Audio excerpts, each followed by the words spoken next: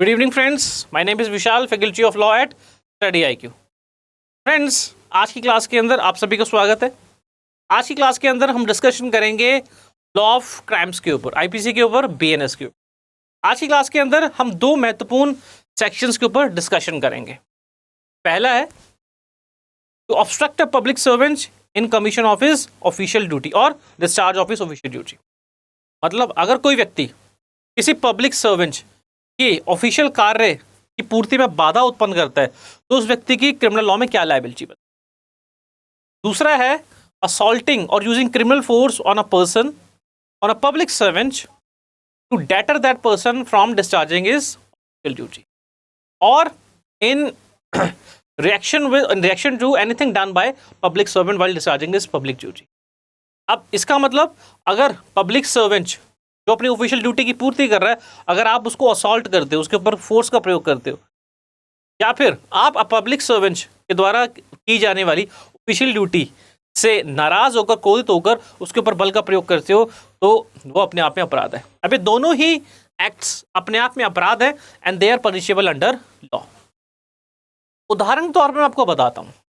For example, आपका एक पड़ोसी जो आपका बहुत अच्छा मित्र है, अब आपके पड़ोसी और उसके मित्र के बीच में झड़प हो गई, लड़ाई झगड़ा होगा किसी न किसी बात को लेकर।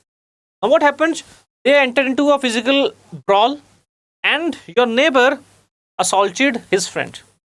और वो असॉल्ट इतना लीथल था जिसके नेबर के ऊपर, उसके फ्रेंड के ऊपर कई चोटें आई, जिस कारण your friend was charge with causing voluntarily causing grievous hurt. अब जब पुलिस इन्वेस्टिगेशन करने आई, आपके नेबर को अरेस्ट करने आई, तब आपने पुलिस, क्योंकि आपके नेबर से बहुत अच्छी दोस्ती थी, तो आपने पुलिस को रोकने का प्रयास किया। और ये बहुत बार देखा गया है, आपने पुलिस को रोकने का प्रयास किया और पुलिस द्वारा अपने नेबर को अरेस्ट किए जाने के इस कृत्य से, कार्य से क्रोधित होकर आपने पुलिस पर हमला कर दिया। अब यहाँ पर you have committed an offence, आपने एक ऑफेंस किया है। आपके फ्रेंड के ऊपर तो चार्जेस लगेंगे क्रिमिनल लॉ के अंदर, आपके ऊपर भी क्रिमिनल चार्जेस। फ्रेंड्स, आगे आपको एक चेतावनी दी जाती है, अगर आप कहीं पर देखेंगे कोई व्यक्ति किसी पब्लिक सर्वेंट की ऑफिशियल कार्य की पूर्ति के बीच में बाधा उत्पन्न कर रहा है, तो कृपया ऐसे व्यक्ति की सहायता ना करें, because by helping you will also be charge for abetment and the punishment is. Friends, आज की वीडियो के अंदर हम डिस्कशन करेंगे एक ऐसे केस के ऊपर, Umashankar Yadav versus state of UP. लेकिन इस केस के फैक्ट्स इतने सरल नहीं है, इतने सीधे नहीं है। आगे बढ़ने से पहले मैं आपके सामने एक इंपॉर्टेंट विषय पर लाइट डालना चाहता हूं। फ्रेंड्स, हमने देखा है कि डेवलपिंग इकोनॉमीज के अंदर, विकासशील इकोनॉमीज के अंदर human exploitation and human trafficking एक बहुत बड़ी समस्या है। ह्यूमन एक्सप्लॉयटेशन, ह्यूमन ट्रैफिकिंग की सरल परिभाषा है किसी व्यक्ति का उसकी इच्छा के बगैर उत्पीड़न करना, एक्सप्लॉइट करना। अब जनरली हमने देखा गया है कि कई बार बच्चों को किडनैप करके, उनको अबडक्ट किया जाता है और फिर बाद में उनका उत्पीड़न किया जाता है, फिजिकल उत्पीड़न किया जाता है, उनसे ज़बरदस्ती काम करवाया जाता है, और या फिर उन्हें कई बार देखा गया कि बच्चों से भीख तक मंगवाई जाती है। Now this is exploitation, this comes into the category of human exploitation. उसी के साथ साथ कई बार देखा गया है कि बाल मजदूरी, child labour is also an exploitation, because बच्चे का शरीर, एक चाइल्ड का शरीर इतना मैच्योर नहीं होता कि he can bear hard physical labour. So child exploitation, human exploitation, all of them, और human trafficking, all of them are offences. आज के केस के अंदर हम एक ऐसी ही घटना पर चर्चा करेंगे। आज के केस के अंदर Umashankar Yadav versus state of UP. इस केस का टाइटल देखकर या इस केस के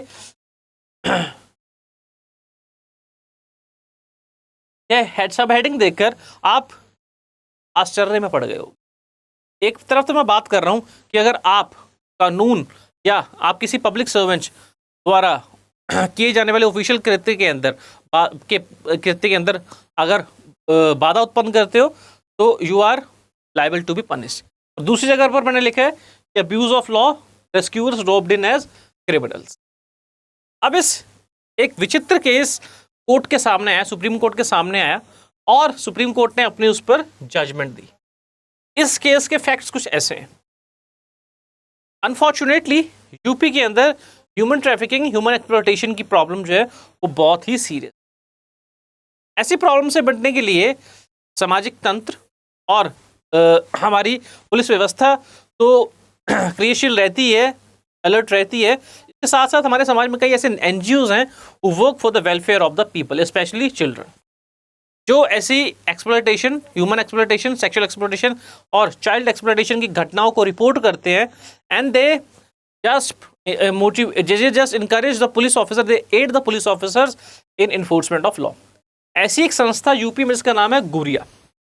यूपी के अंदर एक एनजीओ है जिसका नाम है गुरिया, और गुरिया द्वारा ह्यूमन ट्रैफिकिंग और sexual exploitation of children and girls जैसी क्षेत्र के अंदर बहुत कार्य किया गया। गुरिया एक एनजीओ के तौर पर चाइल्ड एक्सप्लॉयटेशन, सेक्सुअल एक्सप्लॉयटेशन के फील्ड में बहुत अच्छा कार्य कर रही है। बहुत सारे बच्चों को, बहुत सारे लोगों को रेस्क्यू किया गया है गुरिया के मेंबर्स द्वारा। यूपी के अंदर वाराणसी में एक ऐसी घटना देखने में आई। गुरिया के प्रोजेक्ट कोऑर्डिनेटर द्वारा पुलिस में कंप्लेंट लिखवाई गई कि एक ईंटों का भट्टा, तो अंग्रेजी में कहते हैं ब्रिक किल्न, उसके अंदर कुछ बच्चों से बाल मजदूरी करवाई जा रही है।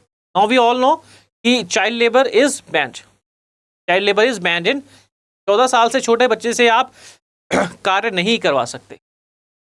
हमारे देश के अंदर we have child and adolescent labour prohibition and regulation act, तो उसके तहत 14 साल से छोटे बच्चे से कार्य करवाया ही नहीं। और एडोलसेंट 14 से 18 साल तक के बच्चे से कोई भी हजार्डस इंडस्ट्री में कार्य नहीं करवाया जा सकता। 14 साल से छोटे बच्चे से कोई भी कार्य करवाया ही नहीं जा सकता। तो इस लॉ के लिए, इस लॉ की पूर्ति के लिए, इस लॉ की इन्फोर्समेंट के लिए गुरिया के प्रोजेक्ट कोऑर्डिनेटर द्वारा पुलिस अथॉरिटी से कंप्लेंट लिखवाई गई। खबर आ रही है कि एक क्षेत्र के अंदर एक ईंटों का भट्टा है जहां पर बच्चों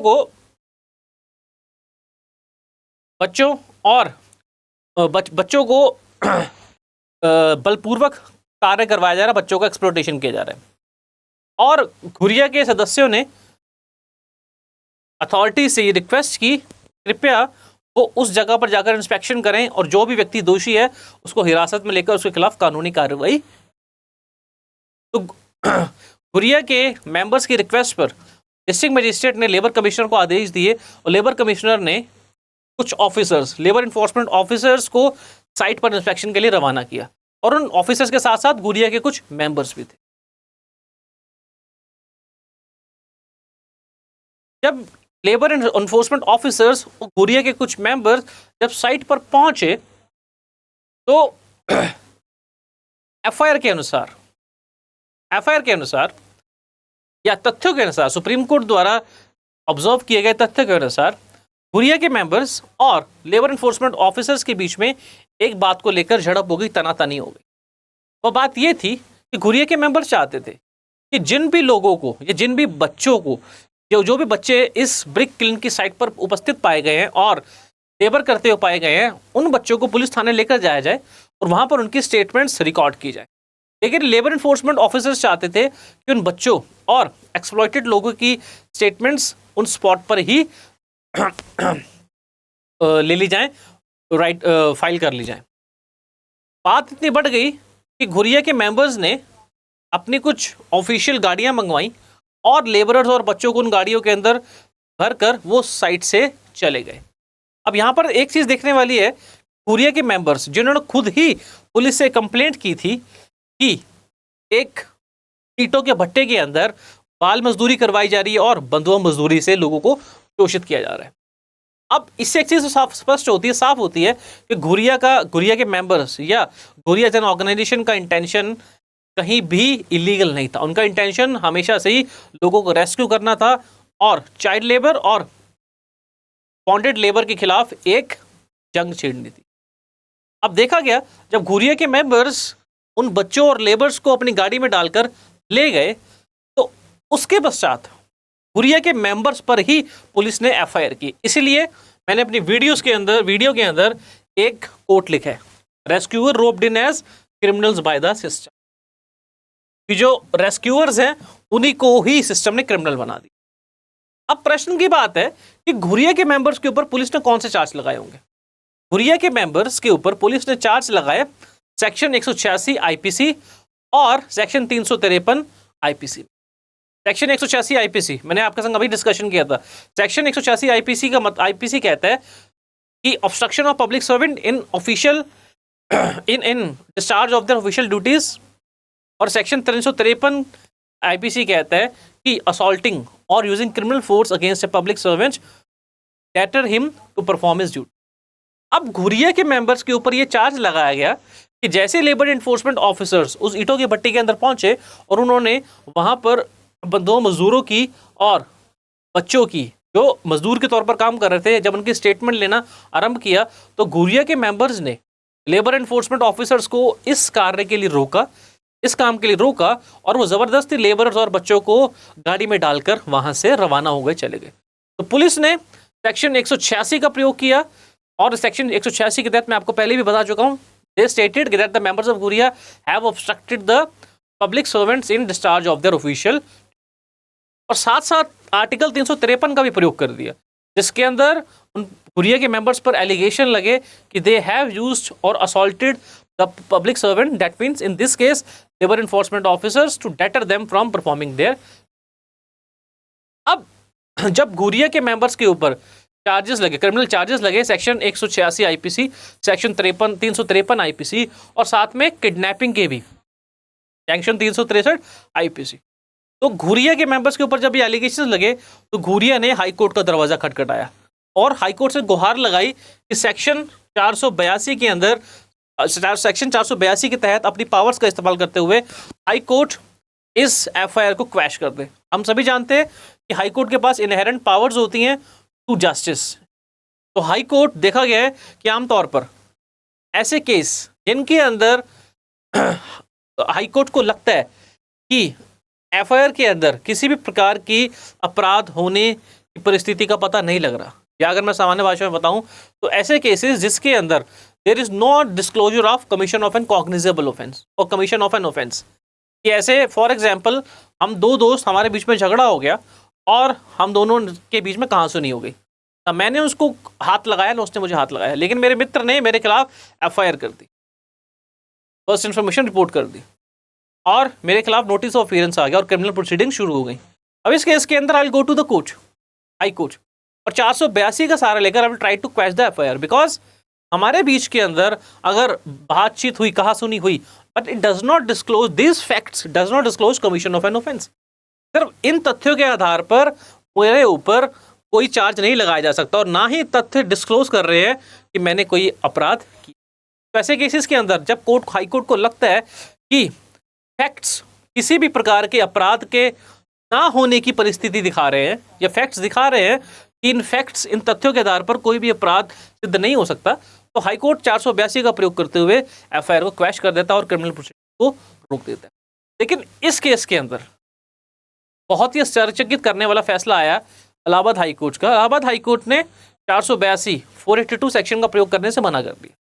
हाई कोर्ट का कहना था कि इस केस के अंदर there are disputed questions of fact, कि तथ्य जो है वो क्लियर नहीं है, और एफआईआर के आधार पर ऐसा लग रहा है कि घुरिया के मेंबर्स द्वारा अपराध किया गया।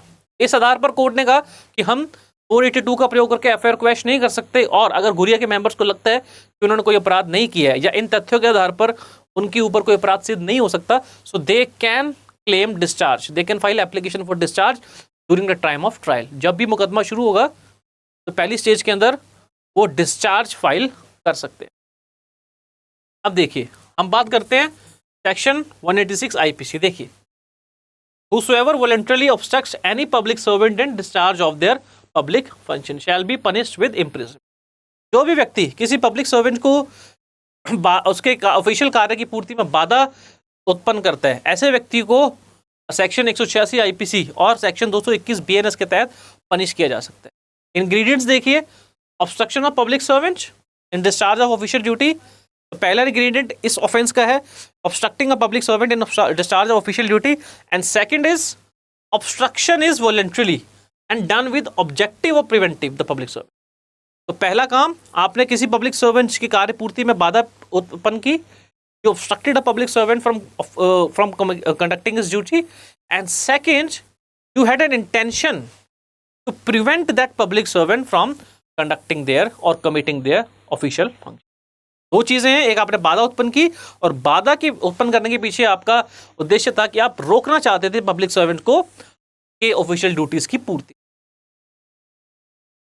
देखिए सेक्शन 353 आईपीसी, सेक्शन 353 आईपीसी, इस केस के अंदर या इस सेक्शन के अंदर कुछ इंग्रेडिएंट्स हैं। देखिए पहला, असॉल्ट और use criminal force to any person being a public servant. एक पब्लिक सर्वेंट के ऊपर कोई व्यक्ति जब असॉल्ट या क्रिमिनल फोर्स का प्रयोग करते हैं in the execution of his duty as public servant, और एक व्यक्ति पब्लिक सर्वेंट के ऊपर असॉल्ट या क्रिमिनल फोर्स का प्रयोग करता है जब वो पब्लिक सर्वेंट अपनी ड्यूटी कर रहा है, और किस उद्देश्य से, with an intent to prevent और deters the person from discharging his. उद्देश्य बल का प्रयोग करने का, फोर्स का प्रयोग करने का ये है कि पब्लिक सर्वेंट जो है वो डर जाए या पब्लिक सर्वेंट को रोका जाए from performing his public duty. या फिर ऐसा भी हो सकता है कि पब्लिक सर्वेंट जब अपनी ड्यूटी परफॉर्म कर रहा है तो उससे कुपित होकर, उससे क्रोधित होकर, and as a consequence of, और यू गेट इरिटेटेड और angered as a consequence of something done by the public servant. तो पब्लिक सर्वेंट के किसी कार्य से क्रोधित होकर यू असॉल्टेड और use criminal force against public servant. तो इन सभी परिस्थितियों में सेक्शन 353 आईपीसी इन्वोक हो जाएगा and you will be punished accordingly. लेकिन असॉल्ट और क्रिमिनल फोर्स, असॉल्ट या क्रिमिनल फोर्स, अब इस जजमेंट के तहत हम समझते हैं कि क्या इन फैक्ट्स के ऊपर, इन फैक्ट्स को मद्देनजर रखते हुए कैनवस है कि इस केस के अंदर गुरिया के मेंबर्स द्वारा कोई अपराध किया गया था, चाहे वो 186 आईपीसी हो, चाहे वो 353 आईपीसी। देखिए कोर्ट का जजमेंट क्या आया। कोर्ट ने चार्जशीट के कंटेंट को देखकर यह ऑब्जर्व किया कि सेक्शन 353 आईपीसी के इंग्रेडिएंट्स इस फैक्ट्स के अंदर इन्वोक नहीं होते, क्योंकि सेक्शन 353 क्या कहता है, जब कोई भी व्यक्ति किसी पब्लिक सर्वेंट जो अपनी ऑफिशियल ड्यूटी कर रहा है उस पब्लिक सर्वेंट पर को असॉल्ट करता है, क्रिमिनल फोर्स का प्रयोग करता है, इसलिए किस इंटेंट से, so that the public servant will be prevented और ही विल बी डेटेड from completing his duty.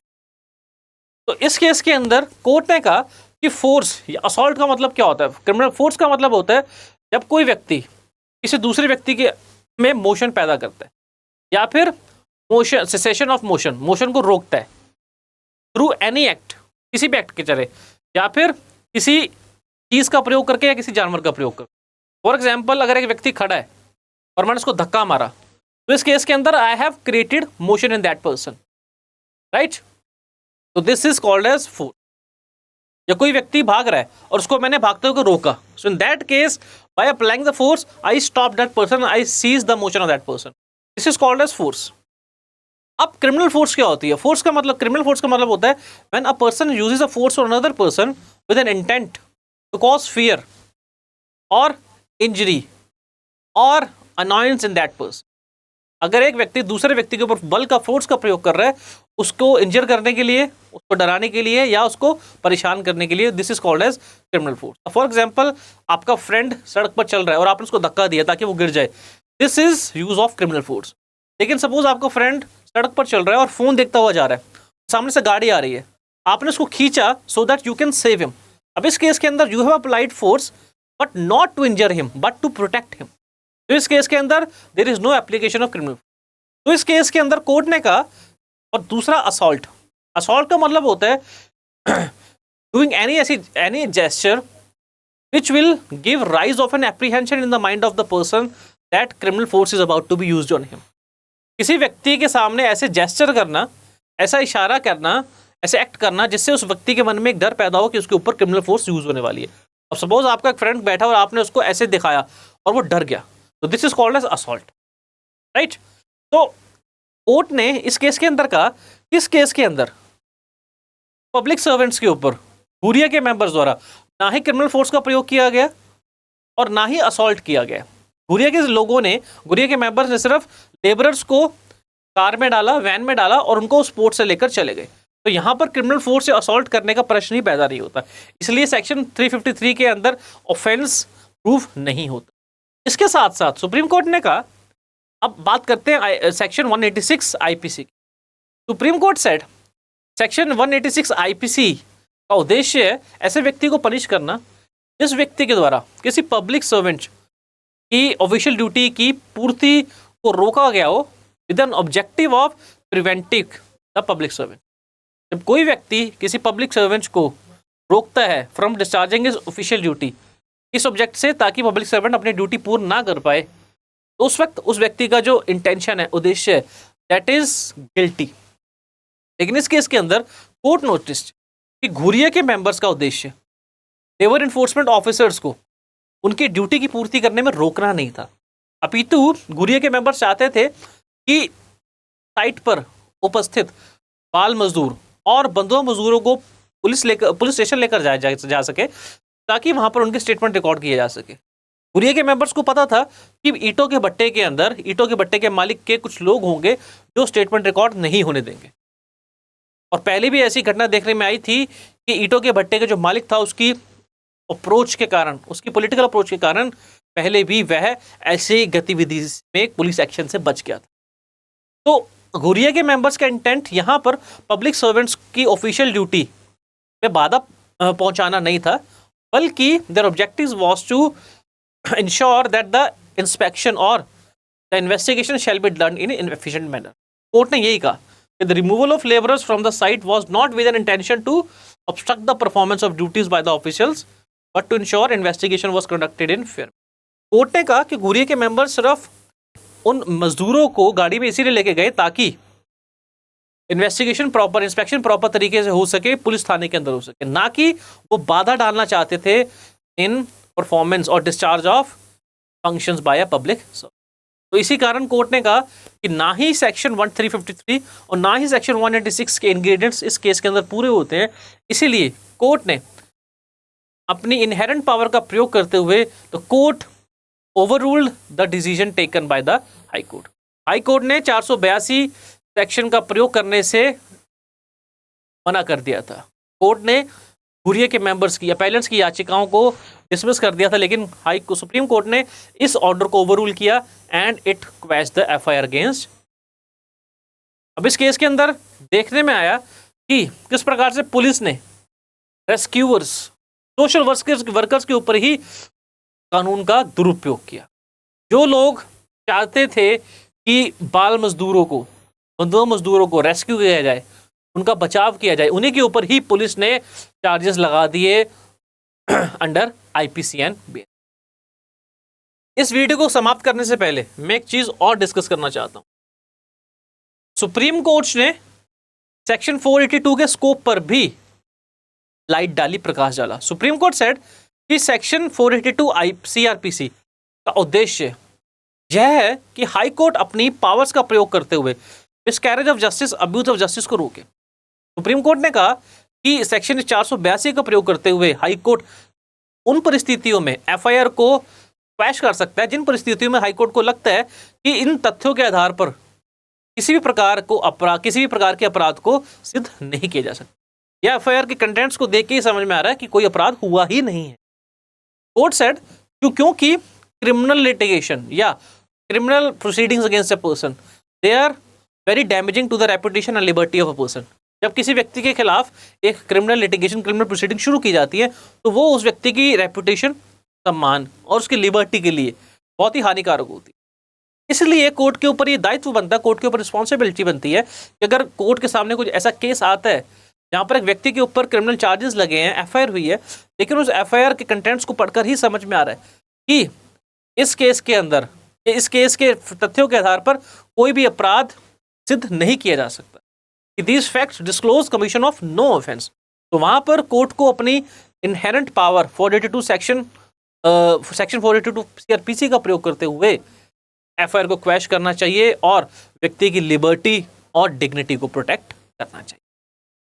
Friends, I hope आज की वीडियो के अंदर आपको सेक्शन 186 आईपीसी, सेक्शन 353 आईपीसी को समझने में मदद मिली होगी। उसके साथ साथ आपको समझ आया होगा कि किस प्रकार से झूठे केसेस के अंदर या ऐसे केसेस के अंदर जहां पर सिर्फ दुश्मनी निकालने के लिए, जहां पर just on the basis of vendetta, if somebody files a false FIR against you that does not disclose any commission of offense, तो उस केस के अंदर आप सेक्शन 482 सीआरपीसी का प्रयोग करके एफआईआर को क्वैश करवा सकते। तो I hope student this was an informative video for you. I hope you were able to understand section 186 IPC, section 353 IPC and section 482 CrPC. So please stay connected with Study IQ YouTube channel for more of such videos। हम भविष्य में भी ऐसी videos लाते रहेंगे जहाँ पर हम हमारे सिलेबस के टॉपिक्स को करंट लीगल डेवलपमेंट से इंटीग्रेट करते रहेंगे, सो दैट हमारे ऑप्शनल प्रोग्राम के बच्चे इन वीडियोस का लाभ उठा सकें and they will be able to understand the recent judgments of the Supreme Court in a very elaborate manner. Because हम सभी जानते हैं लॉ में एक एसेंशियल कॉम्पोनेंट है current legal developments. Supreme Court या हाई कोर्ट द्वारा दी जाने वाली इंपॉर्टेंट जजमेंट्स हमारे सिलेबस का हिस्सा है। तो ऐसी जजमेंट्स प्रश्न के तौर पर पूछी जाती हैं, पूछी गई हैं। जब भी सुप्रीम कोर्ट की कोई लैंडमार्क जजमेंट आती है कॉन्स्टिट्यूशनल लॉ पे या क्रिमिनल लॉ के ऊपर या लॉ ऑफ टॉर्ट पे या लॉ ऑफ कॉन्ट्रैक्ट्स पे, तो आप सभी को ये ध्यान रखना है, specially the students who want to opt for law as an optional, कि ऐसे जजमेंट्स को आपको पढ़ना है, समझना है और आपको यह जानना है कि किस प्रकार आप इन जजमेंट्स को, अगर ये जजमेंट्स पर आधारित प्रश्न आपके एग्जाम में आता, किस प्रकार से आप इस प्रश्न को हल करोगे। So I hope students this video was an informative video for you. So please stay connected with Study IQ. I wish you all the best for your upcoming examination. Thank you.